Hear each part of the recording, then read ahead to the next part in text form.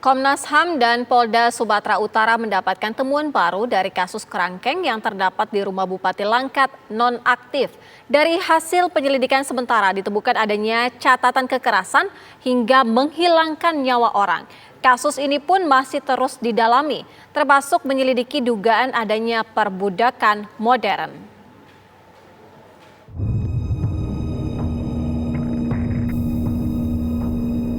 Komnas HAM dan Polda Sumatera Utara menyampaikan hasil temuan sementara terhadap keberadaan kerangkeng manusia di rumah Bupati Langkat nonaktif terbit rencana berangin-angin. Komisioner Komnas HAM Khairul Anam menyatakan, ditemukan fakta yang solid adanya tindak penganiayaan hingga menghilangkan nyawa orang yang berada di dalam kerangkeng, yang diklaim sebagai tempat rehabilitasi narkoba. Bahkan jumlah korban tidak hanya satu orang. Jadi memang itu tempat rehabilitasi yang tidak memiliki. Faktanya kita temukan memang terjadi satu proses rehabilitasi yang cara melakukan rehabilitasinya memang penuh dengan catatan-catatan kekerasan yang fisik gitu ya, sampai hilangnya nyawa. Nah, dalam konteks hilangnya nyawa ini kami menemukan informasi, kami sudah telusuri dan sangat solid. Tadi kami sampaikan juga kepada Pak Kapolda, kepada teman-teman Polda Sumut soal berita soal adanya informasi soal hilangnya nyawa tersebut. Tapi ternyata ini yang juga menarik, ternyata teman-teman Polda Sumut juga menelusurinya. Teman-teman Polda Sumut juga menelusuri hal yang sama.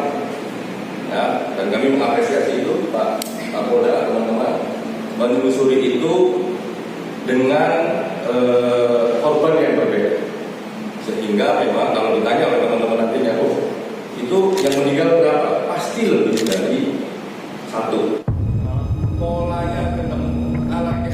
Kapolda Sumatera Utara Irjen Pol RZ Panca Putra Simanjuntak menyatakan jajarannya menemukan 2 kasus hilangnya nyawa manusia yang terjadi di tahun 2021 dan 2016. Saat ini kepolisian pun tengah mendalaminya, termasuk kasus penganiayaan yang terjadi di dalam kerangkeng itu.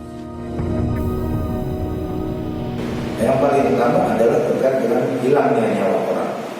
Ini menjadi concern kami karena kita sepakat bahwa tidak boleh ada orang yang hilang nyawanya tanpa kejelasan. Dan untuk mendalami kasus ini, Komnas HAM berharap adanya perlindungan kepolisian terhadap saksi-saksi.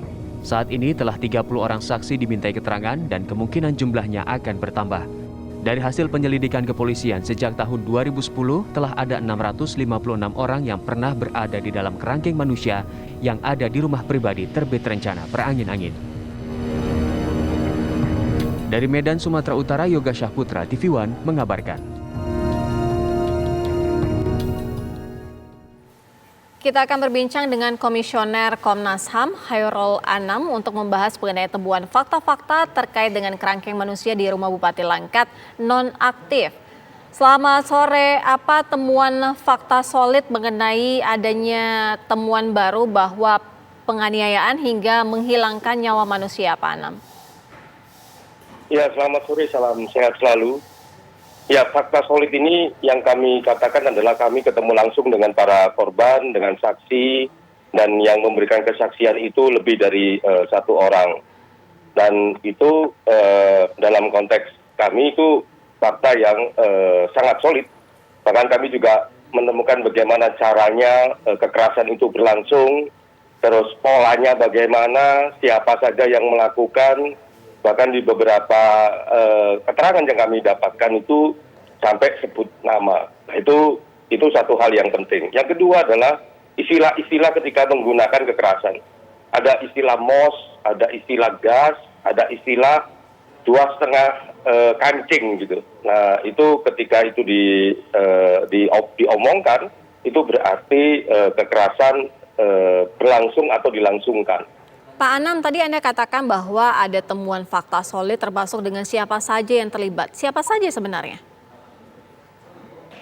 Kami nggak bisa menyebutkan siapa-siapanya, tapi polanya adalah yang potensial menjadi pelaku kekerasan adalah warga di sana, warga di dalam sana, maksudnya di kerangkeng sana, dengan struktur kerangkengnya, terus juga orang yang di luar kerangkeng tersebut. Ya, Pak Anam tadi dikatakan bahwa ada tindakan menghilangkan nyawa. Ini kapan terjadinya dan ada berapa nyawa yang bisa meninggal?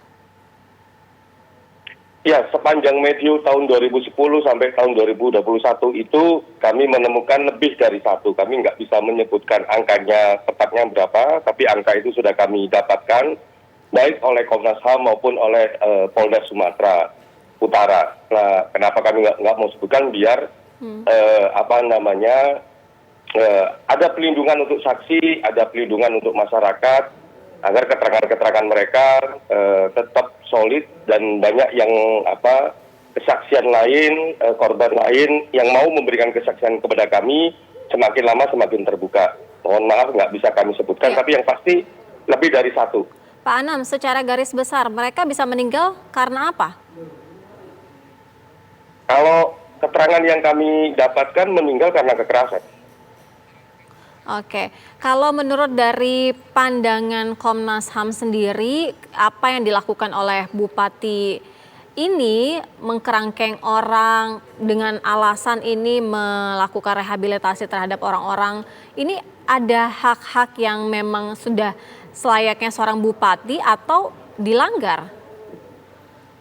Sebenarnya kerangkeng ini sejak tahun 2010, jadi waktu beliau pun juga belum jadi bupati gitu, dan memang dikenal sebagai tempat rehabilitasi yang katanya gratis gitu kan.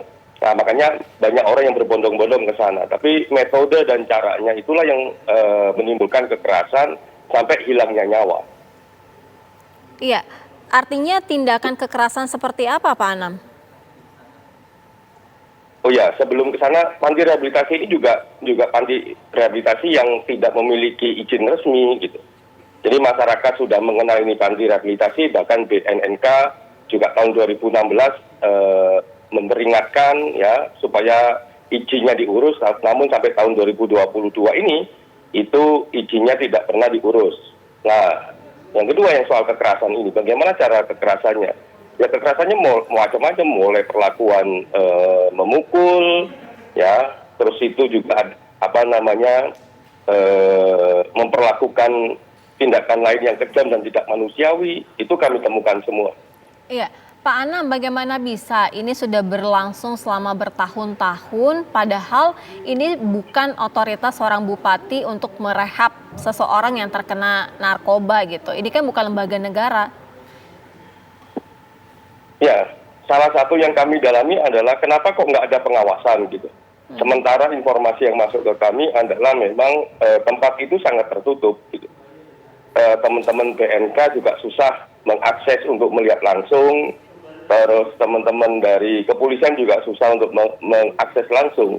Jadi memang tertutup gitu. Barulah ketika kasus ini terkuak, baru cerita-cerita tentang bagaimana kondisinya, bagaimana perekrutannya, bagaimana macam-macamnya itu mulai terkuak. Oke, Pak Anam tadi katakan bahwa terjadi tindakan kekerasan, dipukul, dianiaya. Kemudian Komnas HAM juga mengatakan bahwa ini ada perbudakan modern. Soal perbudakan modern belum kami simpulkan karena dalam minggu depan ini kami akan menguji dengan ahli. Jadi berbagai fakta yang kami temukan kami akan uji dulu apakah ini memang betul sesuai dengan kaidah-kaidah yang disebut sebagai perbudakan modern ataukah tidak. Namun yang pasti tempat tersebut dikenal oleh masyarakat sebagai tempat rehabilitasi.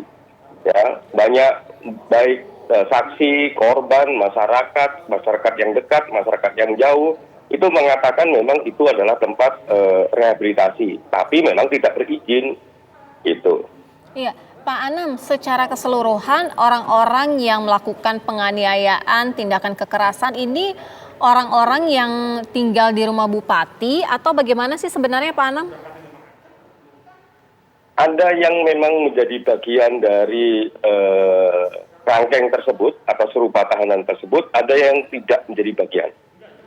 Oke, secara keseluruhan ada berapa orang? Maksudnya? Secara keseluruhan yang melakukan tindak kekerasan ada berapa orang? Apakah bupati ini juga termasuk yang salah satu yang melakukan penganiayaan? Kalau potensi pelaku sangat banyak karena kan mediumnya sangat panjang ya. periodenya sangat panjang dan orang keluar masuk juga banyak gitu. Sehingga memang potensi siapa yang melakukan, kalau lihat cerita-cerita di lapangan sangat banyak. Tapi pertanyaannya begini, kenapa itu bisa berlangsung lama dan siapa yang bertanggung jawab? Apakah itu membiarkan ataukah tidak? Misalnya lah, itu kami sedang dalami. Sehingga kita bisa mengkerucut soal kira-kira siapa yang, kalau dalam konteks pidana misalnya, siapa yang menyuruh melakukan, memfasilitasi melakukan, dan melakukan atau sebagai aktor lapangan. Nah, itu sedang kami telusurin. Ya, Pak Anam, langkah selanjutnya Komnas HAM akan memanggil ataupun ikut juga terlibat dalam pembicaraan dengan korban-korban atau seperti apa, Pak Anam? Kalau dengan korban sudah kemarin, ada dua hal yang penting yang ke depan kami minta ya. Yang pertama adalah memang kepada teman-teman kepolisian Polda Sumatera Utara, dan ini sudah kami sampaikan langsung kepada Pak Kapolda, dan beliau berkomitmen untuk melakukan penyidikan mendalam dan melakukan penegakan hukum. Yang kedua adalah memang melakukan upaya semaksimal mungkin untuk memberikan keamanan dan kenyamanan bagi semua saksi. Itu yang pertama untuk kepolisian. Nah, yang lain adalah untuk teman-teman KPK. Ya, kami mendengar bahwa teman-teman KPK mau memberikan kesempatan kepada kami untuk bisa berjumpa dengan Pak Bupati. Sebenarnya kerjasama ini antara Komnas HAM dengan KPK untuk kasus ini sudah berlangsung. Memang belum maksimal, dan salah satunya kami belum mendapatkan keterangan Bupati lah. Ini yang semoga minggu depan ini kami bisa diberikan akses oleh teman-teman KPK untuk bisa bertemu dengan Bupati, ex-Bupati untuk mengambil keterangan. Baik, Pak Anam, secara keseluruhan rekomendasi yang akan dikeluarkan oleh Komnas HAM apa saja? Kalau secara keseluruhan belum bisa kami bilang, tapi yang spesifik karena ini urgent action ya, salah satunya adalah soal kekerasan tersebut. Nah, soal kekerasan tersebut memang pertama ya kami minta ada penegakan hukum, dan itu komitmen dari Pak Kapolda Sumatera Utara, Pak Panca, memberikan komitmen 100%. Yang kedua adalah soal perlindungan bagi siapapun yang akan memberikan kesaksian maupun keluarganya juga akan dilindungi 100%. Nah, ini rekomendasi yang urgent action itu sudah kami sampaikan langsung kepada Pak Kapolda.